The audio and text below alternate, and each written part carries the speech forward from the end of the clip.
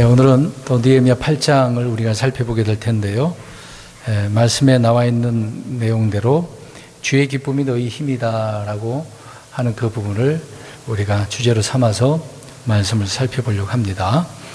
구약 성경에서 오늘 내용을 말씀해 보면은 이제 뭐 많은 부분이 나오진 않지만 하나의 예배의 형식의 그 구조를 보여주고 있는 내용이 8장에 나오는 것을 보게 되어집니다. 에스라는 강단에 서서 성경을 읽고 또 뜻을 풀어 설명을 해주죠. 그러자 백성들은 아멘하고 응답하면서 머리를 숙이고 얼굴을 이제 땅에 이제 대는 이제 그 행위가 주께 경배하는 행위가 아니겠습니까? 구약 이스라엘 백성들은 그런 식으로 하나님을 섬겼다라는 것을 알 수가 있습니다. 물론 명절을 지키는 부분이 있었겠죠. 뒤에서 말씀드리겠습니다만은 한 해 3번을 그렇게 드려야 됩니다. 근데 그 외에 따로 모이는 시간이 많지는 않은 부분이 있지만 안식일에는 집안에서 있어야 되죠. 오늘 초막절도 나오지만 초막절도 자기 집에 여러 가지 곳곳 지붕이나 뜰이나 어떤 거리 몇 군데 에브라임 거기 있지 않습니까? 거기에다가 초막을 짓고 거기 나오지 말아야 돼요. 거기서 주님의 말씀들을 이제 과거에 있었던 일들을 하나님께서 행하신 일들을 생각하면서 그 날들을 지켜야 되는 의무가 있었던 거죠. 어찌됐든 그들은 예배 행위가 그런 부분이었다라고 하는 부분입니다. 8장을 간략하게 분류를 한다면 1절부터 8절 말씀은 주님의 말씀을 깨달아야 되는 부분이 어떤 부분인가, 어떻게 깨달아야 되는가, 그런 부분을 깨닫는 것에 대한 말씀을 하고 있고 9절에서 12절은 주님의 말씀으로 인한 기쁨이 그들에게 임하게 된 내용을 기록을 하고 있습니다. 그리고 마지막으로 13절에서 18절은 주님의 말씀을 순종함으로 얻는 기쁨을 또 말씀하고 있는 거죠. 자, 말씀으로 인해서 기쁘고 또 순종함으로 인해서 또 기뻐했다라고 하는 내용이 나오는 것입니다. 그러니까 다시 말씀드린다면 말씀을 기준으로 해서 깨닫는 말씀, 주님의 말씀으로 인한 기쁨, 또 말씀의 순종함으로 얻는 기쁨을 이렇게 세 부분으로 언급을 하고 있다라고 하는 부분인 거죠. 한 절씩 보겠습니다. 아까 읽었으니까 그냥 눈으로만 보시고 말씀을 들었으면 좋겠습니다. 1절을 잘 눈으로 보시면서 들으시기 바랍니다. 앞에서 우리가 이제 살펴본 느헤미야 3장에 보면 성벽을 보수하고 건축할 때 여러 문들에 대해서 말씀하고 있잖아요. 이제 느헤미야에서는 10개의 문이 나오는데 거기에 이제 물문이 나옵니다. 온 백성이 한 사람처럼 물문 앞에 나오게 되어진 내용을 언급을 하고 있는데요. 근데 말씀드린 부분이지만 물은 말씀을 언급한 의미를 예표하고 있는 것을 말씀드렸죠. 그러니까 물은 말씀의 물을 예표하는데 그 죄를 씻어주는 것이 바로 물이다, 말씀이다라고 하는 부분이죠. 이스라엘 백성들이 어떤 부정한 것이 있으면 항상 물로 씻어야 되는 거 있지 않습니까? 신약에 와서 에베소서 주님께서는 바울을 통하여 말씀의 물이라고 표현하고 있는 거죠.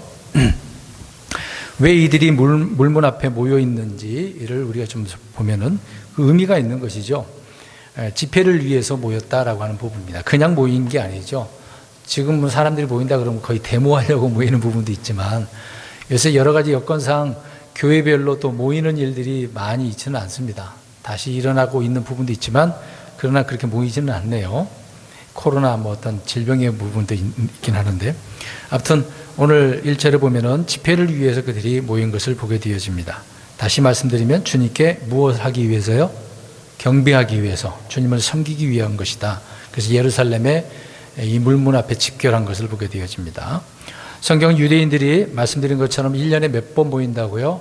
3번 따로 3번 모이고 그 외에 안식일마다 자기 집에서 또 절기마다 또 어디에서 천막을 치고 있어야 되는 그런 내용들도 언급합니다. 출애굽기 23장 14절과 17절에 너는 한 해에 3번 나를 위하여 명절을 지키라. 또 모든 남자는 한 해에 3번 주 하나님 앞에 나올지니라 라고 이야기를 하고 있는 겁니다. 반드시 이스라엘 백성 남자들은 3번 이렇게 나와야 되는 거죠.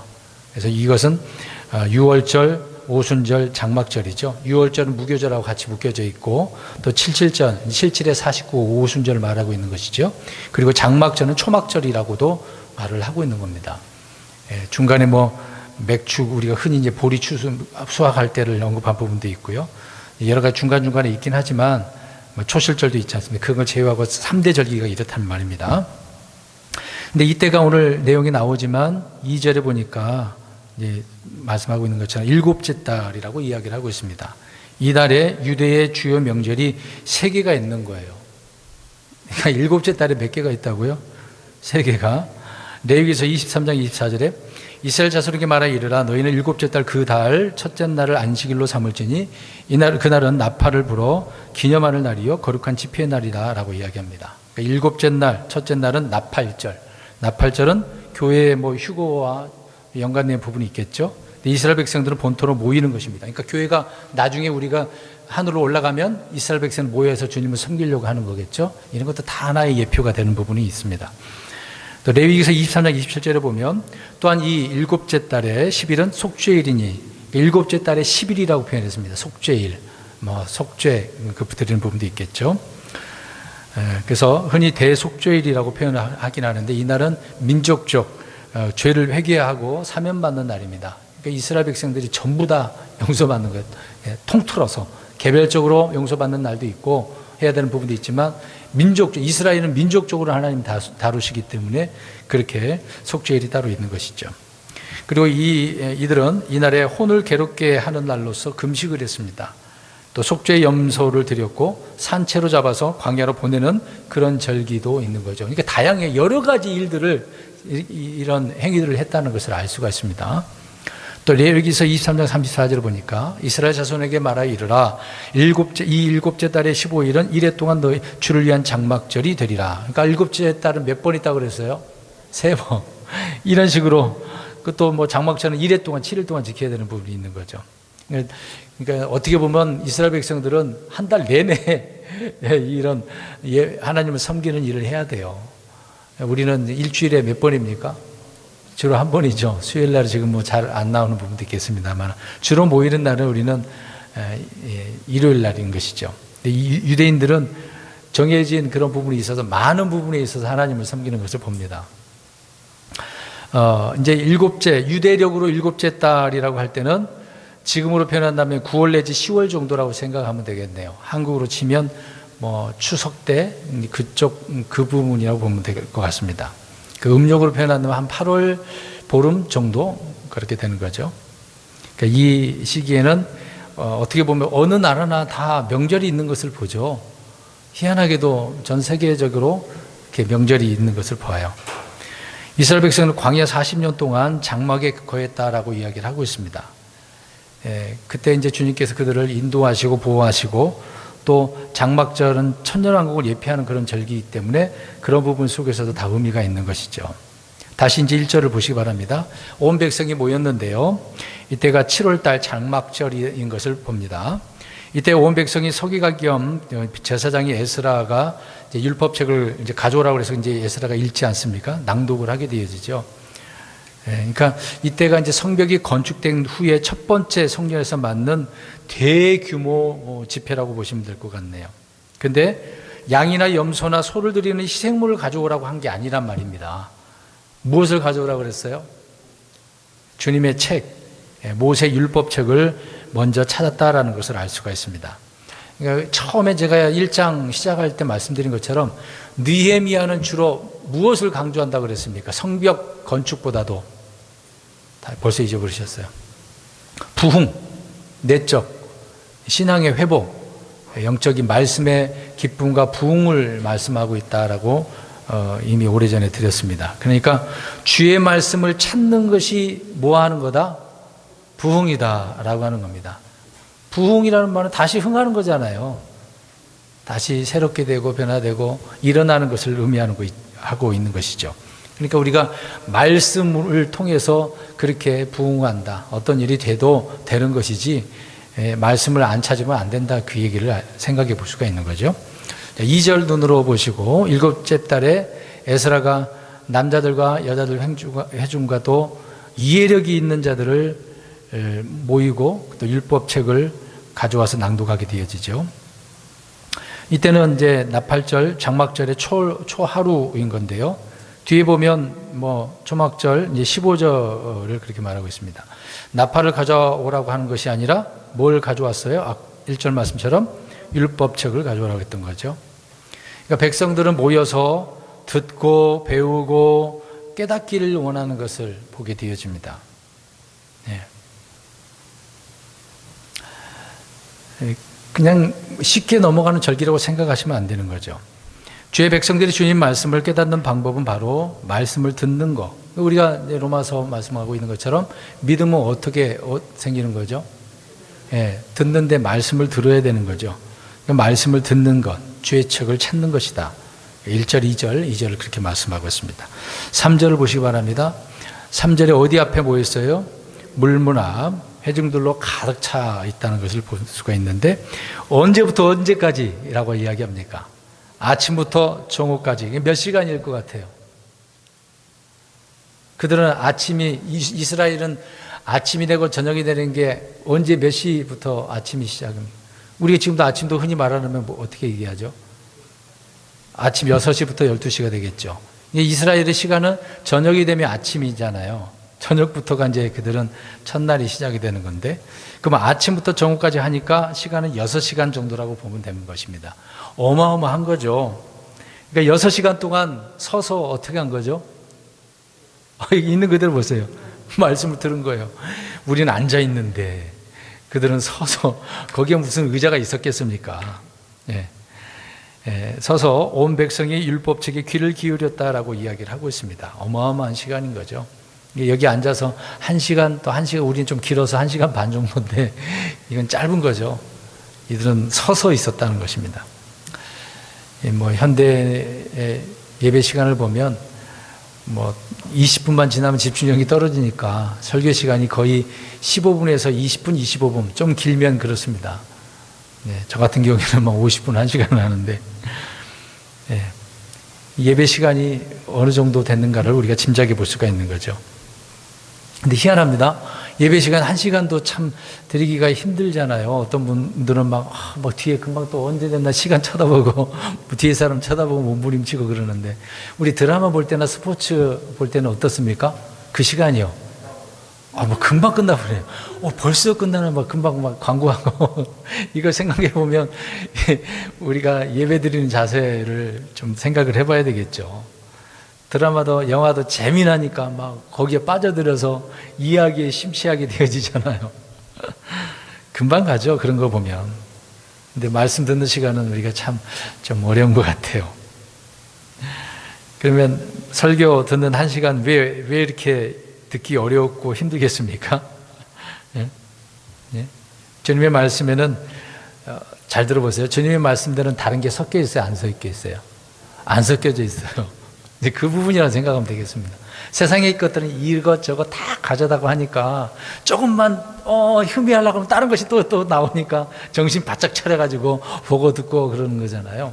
하나님 말씀은 오직 순수 하나님 말씀밖에 없어요. 그러니까 듣기 힘들죠.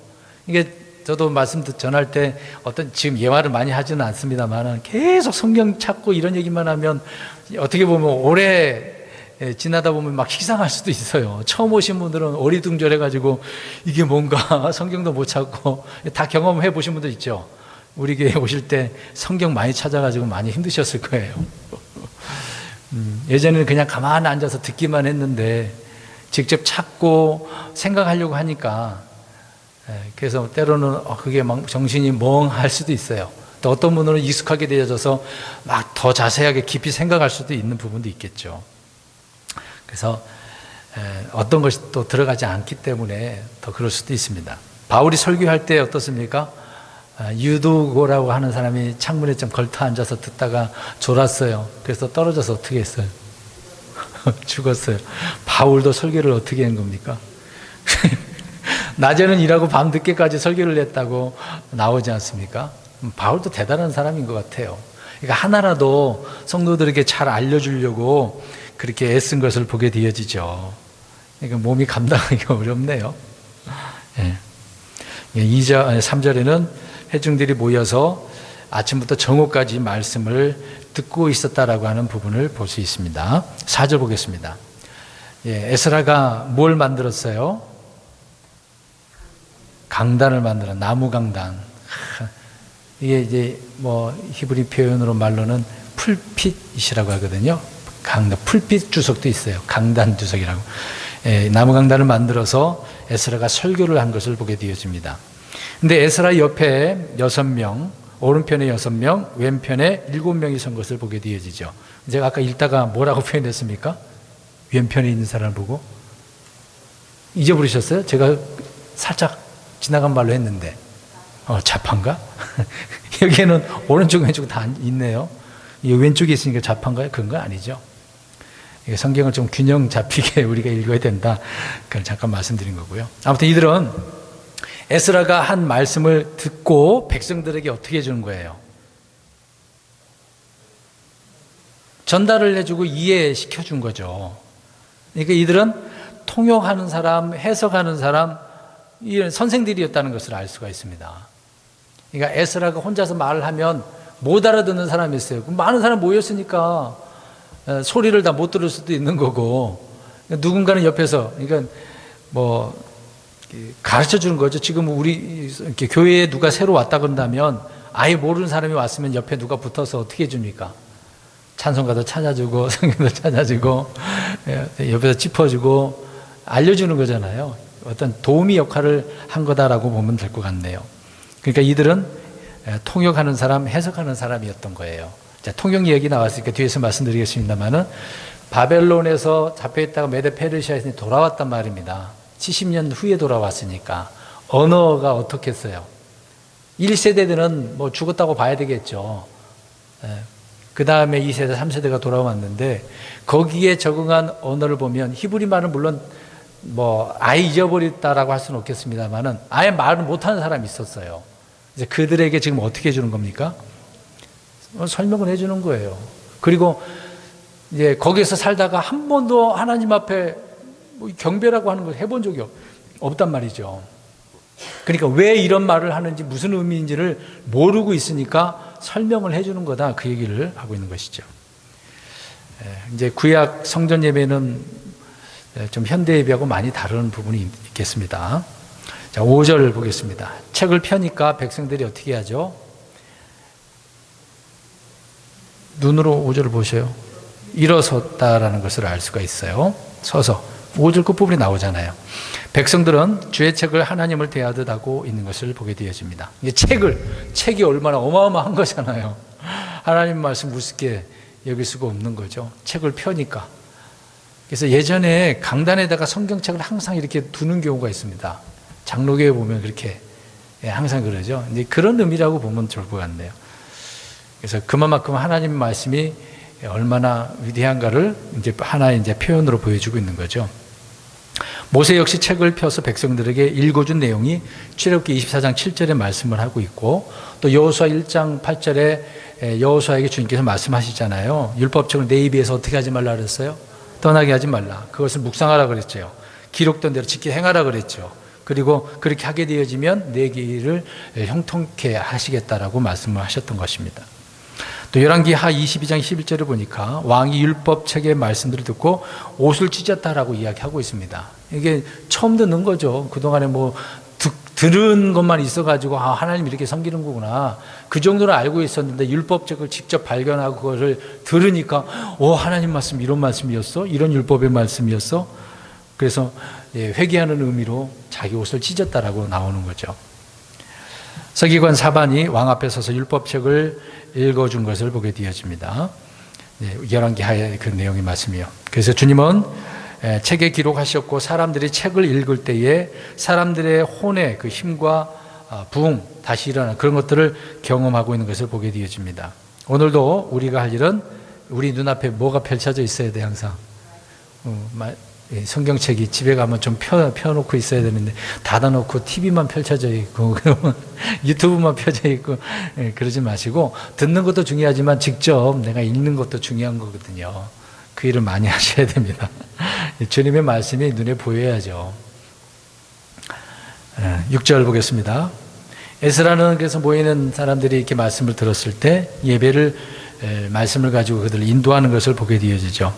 그래서 물문 앞에 모인 회중은 그 수가 뭐 엄청난 숫자였는데 다 모였다고 표현하고 있는 것이죠.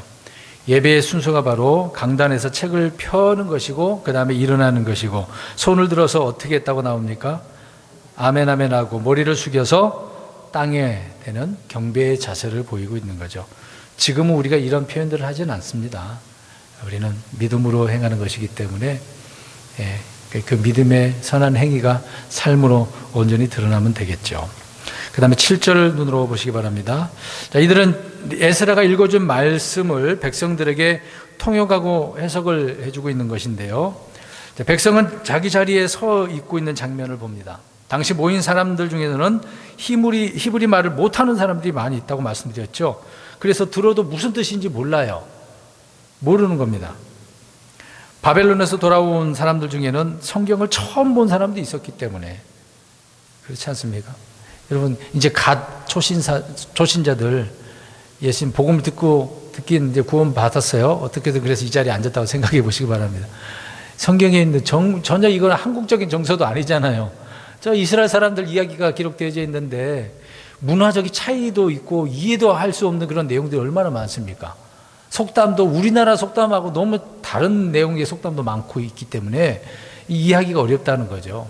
이 자리에 앉아갖고 저처럼 지금 계속 성경 이런 겁니다. 뭐 갑자기 교리 얘기하고 그러면 멍한 거죠.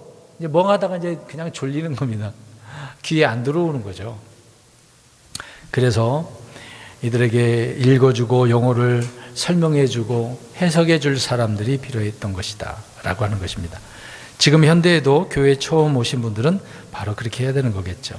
그래서 바벨론에서 교환한 자들은 율법을 배운 적도 없고 성경에 익숙하지도 않기 때문에 반드시 이걸 깨닫게 해주는 누군가가 필요하다라고 하는 것이죠. 근데요, 어떤 사람들은 선포된 말씀들을 대부분 놓칩니다. 저도 지금 이렇게 설교를 하고 있습니다만 우리 성도님들 처음부터 끝까지 자세하게 다 이해하고 생각을 하는 부분은 없을 거예요. 어느 부분만, 특정한 부분만 감동을 받거나 기억하거나 그러실 거란 말이죠. 나중에 또 삶 속에서 갑자기 생각나는 경우도 있을 겁니다. 다 생각은 안 날 거예요. 그래서 많은 분들이 그렇게 자기가 듣고 싶은 것만 듣는 경우도 있고 일부분만 기억하기도 한다 그 얘기입니다. 그런데 어떤 사람들은 듣긴 듣는데 오해하는 사람들도 있어요. 하나님 말씀 때로는 책망의 말씀이 있는데 자기에게만 책망하는 것처럼 생각하는 경우도 많이 있겠죠. 또 어떤 사람들은 아예 못 알아듣기도 하는 것입니다. 자기가 듣고 싶은 대로 듣기 때문에 그러는 것이죠. 또 어떤 사람은 흘려듣기도 하고 또 설교는 듣지 않으면서 사이사이에 어떤 예화만 듣는 경우도 있고 예화 들을 때는 막 그걸 듣고 감동받았다 그러고 말씀을 통해서는 깨달음도 없고 감동은 없는 경우도 많아요. 희한하죠. 어떤 경우는 좋은 경우도 있고 지금 점심 먹고 앉아있으니까 졸릴 수도 있는 거잖아요. 그러니까 말씀은 다 빠져나가고 자기 마음에 막 그물망처럼 걸러놓는 것처럼 그러면 안 되는 것입니다. 이럴 때 성도들을 바로 알고 깨닫게 해줘야만 한다. 그러니까 옆 사람이 지금 도와주셔야 돼요. 졸린 것 같으면 둘 다 졸시면 안 되는 거고.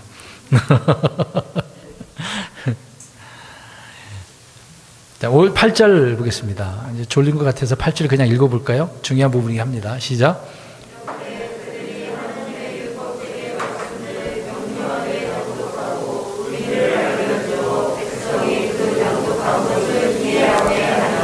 그들이 이제 에스라가 아니고 아빠 옆에 섰던 사람들이죠. 의미를 알려주고 강해를 해줬던 것이다. 깨닫게 해준 것이죠. 이제 순서를 보세요. 첫 번째는 들었어요. 그냥 깨닫게 하는 것이고, 설교의 목표는 듣게 하고 깨닫게 하는 것이 목표죠. 또 선포자는 에스라이긴 하지만은 백성들에게 의미를 알려준 자들은 옆에 섰던 자들, 또 레위 사람들이었다라고 하는 것입니다. 그대로만 보시면 좋을 것 같네요. 9절을 보겠습니다. 자, 온 백성이 말씀을 듣고 어떻게 했다고 나옵니까? 울었다고 나오네요. 자, 이제 굉장히 중요한 부분인 거죠. 비록 몰랐던 부분도 많지만 돌아와서 말씀을 들으니까 이런 말씀이었구나, 자기들이 잘못했구나, 이제 그런 것도 깨닫고 있는 거죠. 이들은 주님의 법을 알지 못한 채 믿음 없이 살고 있었다가 율법을 들으니까 죄를 깨닫고, 율법의 할 역할은 뭐라고 그랬습니까? 죄를 깨닫는 거잖아요. 죄의 삭은 사망이라고 강조하는 것이 율법이잖아요. 그래서 그들의 마음을 율법의 말씀이 어떻게 한 겁니까? 찌른 거예요. 그러니까 말씀을 들을 때 내가 찔림은 받아야 되는 거거든요. 저 사람에게 하는 말이 아니라 누구에게 하시는 말씀이죠? 나에게 하시는 말씀으로 우리가 그렇게 받아들여야 되는 겁니다. 그러니까 말씀이 들어오니까 반응이 일어날 수밖에 없어요. 반응이 있어야 하잖아요. 말씀드린 것처럼 율법은 정죄하기 때문에, 죄를 깨닫게 해주기 때문에 우리가 죄 아래에 있다라는 것을, 그러니까 회개해야 될 필요성이 있다라는 것을 알려주는 거잖아요. 그래서 온 백성이 울었다고 말을 하고 있는 겁니다. 이 정도 되면 어떤 역사가 일어나는 겁니까? 내 안에 계신 성령님의 역사가 일어나고 있는 거죠. 그래서 성령님은 항상 하시는 일이 뭐라고 그랬습니까? 깨닫게 해주시는 진리 가운데로 우리를 인도해 주시는 분이거든요. 이들은 지금 성령의 역사가 일어나는 것을 보게 되어집니다. 하나님의 말씀은 그래서 살아있고 권능이 있다, 매이지 않는다고 하지 않습니까? 그러니까 성령이 임하게 되어지면 즐겁고 기쁨이 넘치는 것도 있겠습니다만, 지금 먼저 무엇이 일어나는 겁니까? 무슨 마음이 일어나는 거죠? 회개, 통회하는 마음이 먼저 일어나는 거예요. 이거는 경건한 하나님을 올바르게 따르고자 하는 그런 슬픔을 갖게 되어지는 거죠. 이게 기본적인 자세인 것입니다. 성령님은 말씀을 통해서 우리 속에서 일하고 계시는데, 그래서 예수님께서 말씀하지 않았습니까?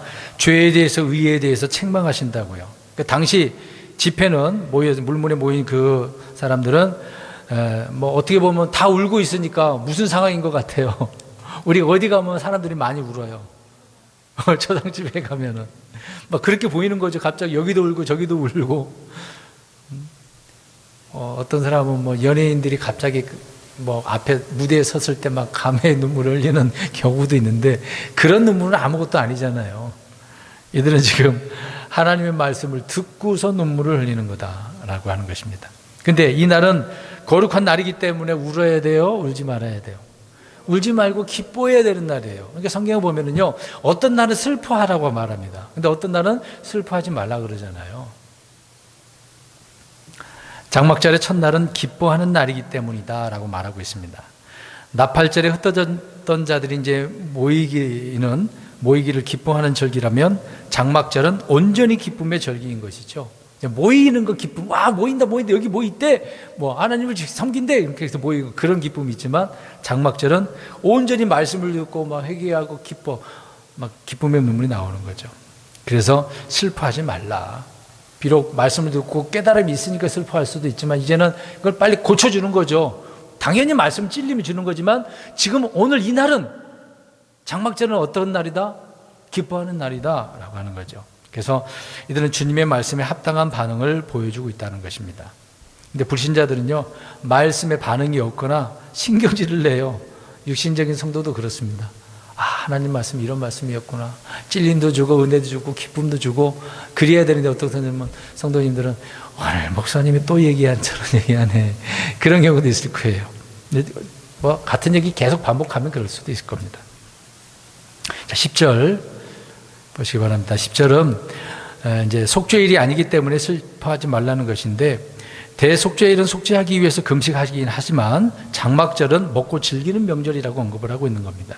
그래서 느헤미야, 에스라, 레위 사람들은 백성들에게 가서 기름진 것을 먹고 단 것을 마시라고 이야기하는 거죠. 또 가난해서 아무것도 예비하지 못한 사람, 없어서 예비할 수도 없었던 그런 사람이 있을 거 아닙니까? 그 사람들에게도 일부를 보낸 내용을 언급을 하고 있습니다. 그러니까 굶지 말라는 거죠. 누구는 굶는데 누구는 먹고, 그러면 안 되는 것이기 때문에. 그래서 이 날은 거룩한 날이니까 다 슬퍼하지 말고 탈탈 털고 일어나서 서로 이런 기쁨을 나누라 라고 표현하고 있는 겁니다. 로마서 14장 5절과 6절을 한번 잠깐 읽어볼까요? 구약의 명절은 신약의 그리스도인들에게는 관계가 없거든요. 로마서 14장 우리 가서 보겠습니다. 5절, 6절 시작. 어떤 사람은 한 날을 다른 날보다 귀히 여기고 다른 사람은 모든 날을 같게 여기나니 각 사람은 자기 마음속에 완전히 확신할지니라. 나를 중히 여기는 자도 주를 위해 중히 여기고 나를 중히 여기지 아니하는 자도 주를 위해 중히 여기지 아니하며 먹는 자도 주를 위해 먹나니 이는 그가 하나님께 감사를 드리기 때문이라. 먹지 아니하는 자도 주를 위해 먹지 아니하며 하나님께 감사를 드리니라. 먹거나 안 먹거나 나를 지키나 안 지키나 하나님 앞에 감사히 한다. 그러니까 우리는 구약과 상관은 없어요. 우리는 절기를 지키지 않지 않습니까? 주님의 명령에 따라 서로 사랑하고 복음 전하고 모이기를 힘쓰고 믿음의 선한 행위를 하고 이것만 하면 잘하면 되는 거예요. 그러니까 이런 말씀들을 우리가 온전히 순종해야 되겠죠. 자, 여기에서 보면 주를 기뻐함, 주의 기쁨에 대해서 이야기를 하고 있네요. 자, 주의 기쁨이 너희 힘이다 라고 말씀을 하고 있습니다. 주를 기뻐함이 아니라 누구의 기쁨이라고 되어 있어요? 주의 기쁨. 옛날 성경, 개혁 성경에는 주를 기뻐함이라고 되어 있는데 그건 잘못된 거죠. 자, 보세요. 주를 기뻐한다. 내가 내 입장에서 하나님을 기뻐하는 거잖아요. 근데 지금 그 얘기 아니라 이 기쁨 누구의 기쁨이라고 초점. 그렇죠. 주님의 기쁨이라고 하는 거예요. 말씀 듣고 깨달으니까 즐거워하니까 주님의 기쁨이 임한 것을 말하고 있는 거거든요. 그래서 번역도 중요한 부분인데 오늘 이 부분에 있어서 주의 기쁨이라고 이야기를 하고 있는 겁니다. 그러니까 주님에게서 난 기쁨이라는 거죠. 이 기쁨은 주님이 주시는 거예요. 그래서 우리가 우리 안에 성령님께서 열매 9가지 그렇게 표현하고 있는 하나지만 9가지로 성품을 그렇게 표현하고 있는데 기쁨이잖아요. 환희 아닙니까? 그러니까 기쁨의 출처가 누구라는 얘기예요? 우리 주님이시다. 그러니까 오늘 이 일요일날 우리가 예배 이렇게 드리지만 주의 기쁨이 넘치기를 우리가 바라야 됩니다. 제가 이제 예전에 지금 다시 이거를 강의하고 있지만 5년, 6년 전에 이거 강의를 했던 내용이거든요. 그 이후로 제가 일요일만 되면 이걸 놓고 예배를 놓고 이제 기도 평상시에 하는데 주의 기쁨이 넘치게 해달라고 항상 지금까지 빠지지 않고 그때는 몰랐으니까요. 이런 말씀 잘 이해를 못했었거든요. 그냥 뭐 예배로 들려 나와니까 즐겁지 뭐 그런 표현이지만 주님의 기쁨이라고 표현하는 것이니까 내 기쁨이 아니고요. 그런 의미를 우리가 확실히 알면 더 기쁠 수밖에 없다라는 것이죠. 그래서 주님의 기쁨이 내 안에 있기 때문에 이것은 우리에게 어떻게 된다고 되어져 있습니까? 10절 잘 보세요. 오늘 10절에 힘, 누구의 힘이라고 그랬어요? 너희의 힘. 주님의 기쁨이 우리 안에 오니까 너희 힘이, 그 기쁨이 힘이다라고 이야기합니다. 놀랍죠? 그러니까 그 기쁨은 좌절, 낭망, 낙심 그런 것도 아니라 오히려 힘이 생겨, 막 소망이 더 넘쳐. 그런 의미의 말씀을 하고 있는 거죠. 그래서 주의 기쁨이 내 안에 있기 때문에 힘이 된다라고 하는 내용이 10절의 말씀인 것입니다. 우리는 일주일 내내 주님의 기쁨으로 사셔야 돼요. 일요일만 나가고 찬송하면서 기뻐하는 그런 자세를 가지지 마시고 이거는 하나의 우리가 예배 행위가 되겠습니다만은 일상생활이 그렇게 돼야 돼요. 일상생활이 그냥 막 옆에 사람 불신자들이 있든 뭐 어떤 간에 찬송 부르면 뭐 문제가 되나요? 불신자들이 아유 저 시끄럽게 노래 부른다고 찬송 부른다고 싫어한 것처럼 보이죠? 아니라니까요. 계속 신실하게 해보세요. 그럼 불신자들도 깨닫는다니까요. 저 사람은 정말 주님을 잘 이렇게 사랑하고 섬기는 믿음의 사람이구나 인정받는다니까요. 안 해봐서 그렇죠. 부끄러워할 거 하나도 없습니다. 자신 있게 드러내시기 바랍니다. 11절 보세요. 11절 이제 레위 사람들도 온 백성을 조용하게 했다고 하잖아요. 다들 막 울었으니까. 그래서 근심하지 말라고. 회개하면 용서받잖아요. 그렇기 때문에 더 이상 근심할 것 없다. 이미 이제 성령님을 통해서 깨닫게 되어졌으니까 이제 그 다음의 모습을 보여줘야 되잖아요. 계속해서 우울하게 그러면 안 되잖아요. 우리가 뭐 무슨 리본 달아놓고 돌아오기를 바라면 죽었는데 어떻게 돌아오냐고요. 빨리 잊어버릴 건 잊어버려야지. 그거 계속 생각나면 울음만 나오고 무슨 일도 안 하게 되어지고 물론 마음은 이해해요. 이 아픈 거는. 근데 그게 계속 지속되면 일상생활이 안 되는 거잖아요. 빨리 그 다음에 것을 생각을 해야죠. 흔히 표현한 말로는 산 사람은 어떻게 하죠? 산다. 살아야지 같이 죽으려고 그렇게 하면 안 되는 거죠. 그러니까 이전 일은 잊어버려야 돼요. 회개한 후에 계속해서 슬퍼하지 말고 금신 속에서 있지 말고 이전 일 잊어버리고 이제 다음의 일들을 생각하고 나가야 된다. 그인 것입니다. 그래서 계속해서 지나간 일에 매이면 자기만 손해이기 때문에 그러지 말라는 것이죠. 이것도 지금 레위 사람들이 알려주는 겁니다.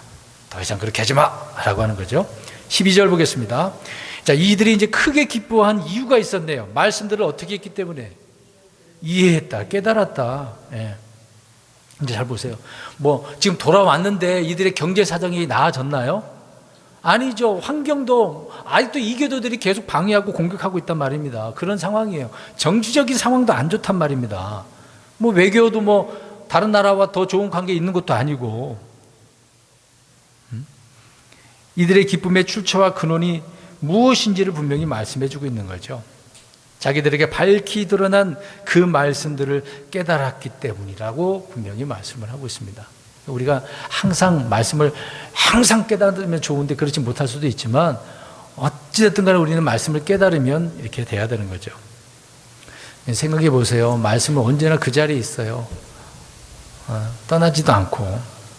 성경에 기록되어 있지 않습니까? 성경은 보면 되는데. 말씀이 내 마음에 드러나느냐 안 드러나느냐, 그게 문제가 되는 겁니다. 말씀을 듣고 그 말씀이 내 마음에서 참 열려지면, 오픈되면 얼마나 좋겠어요. 그렇게 되지 않는 것이 문제인 것이죠.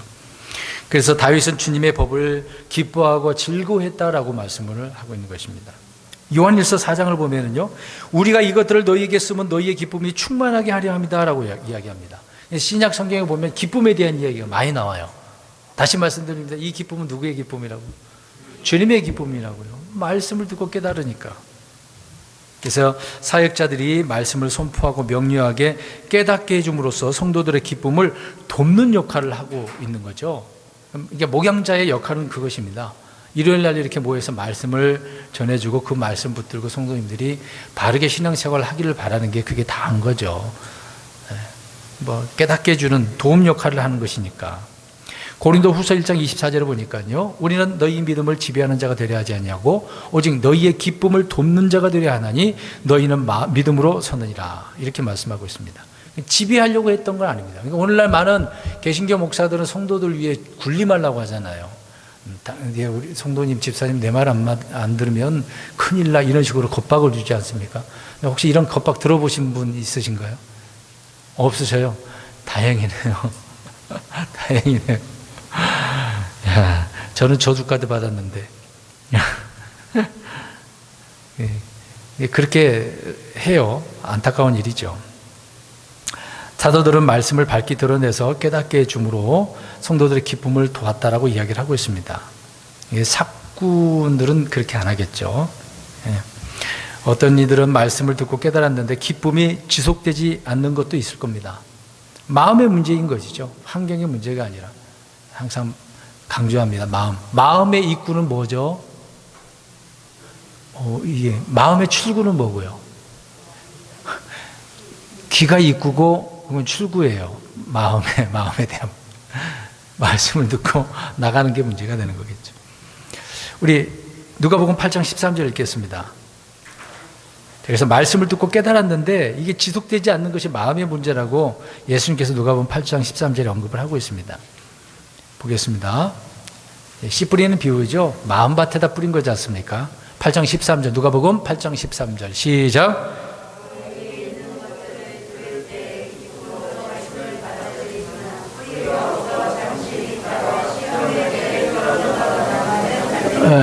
속까지 뿌려진 게 아니잖아요.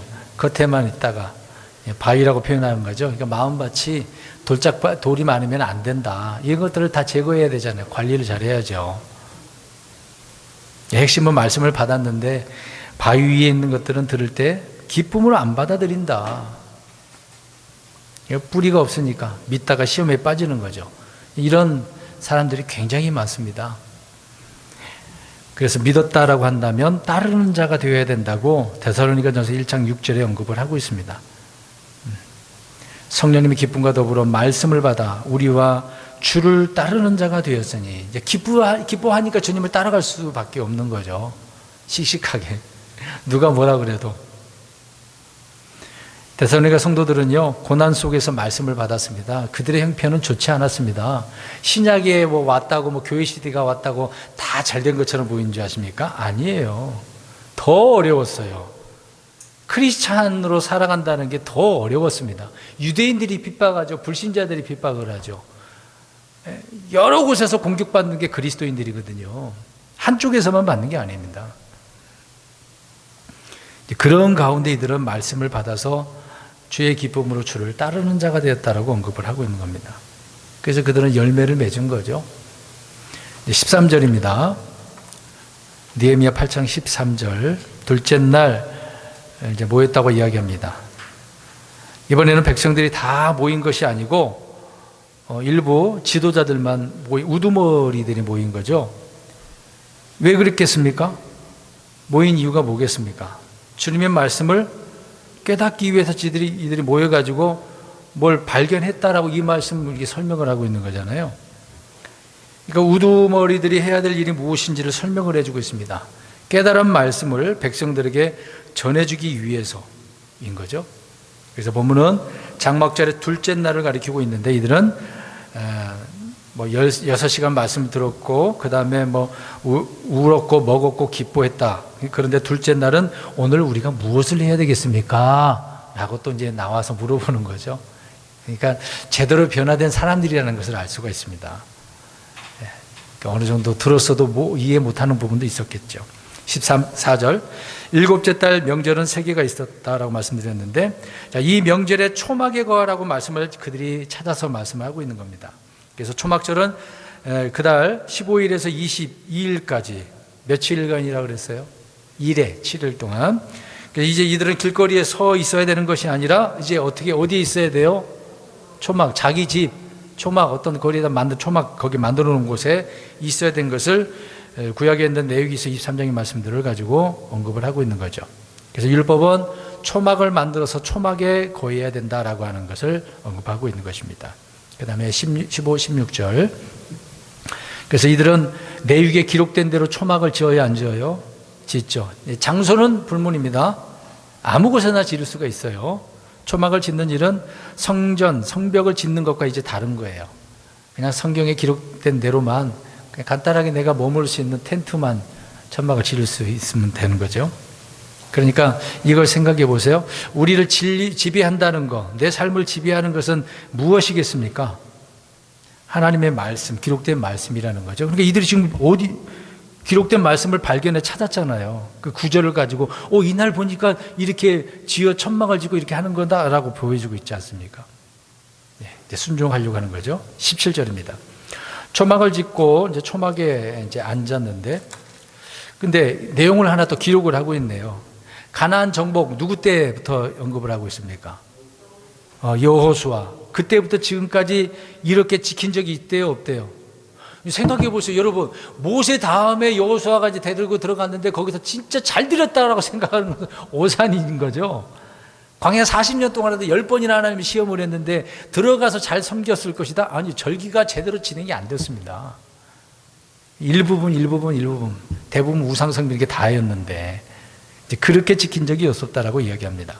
어떻게 보면 이스라엘 입장에서 보면 황당한 일이죠.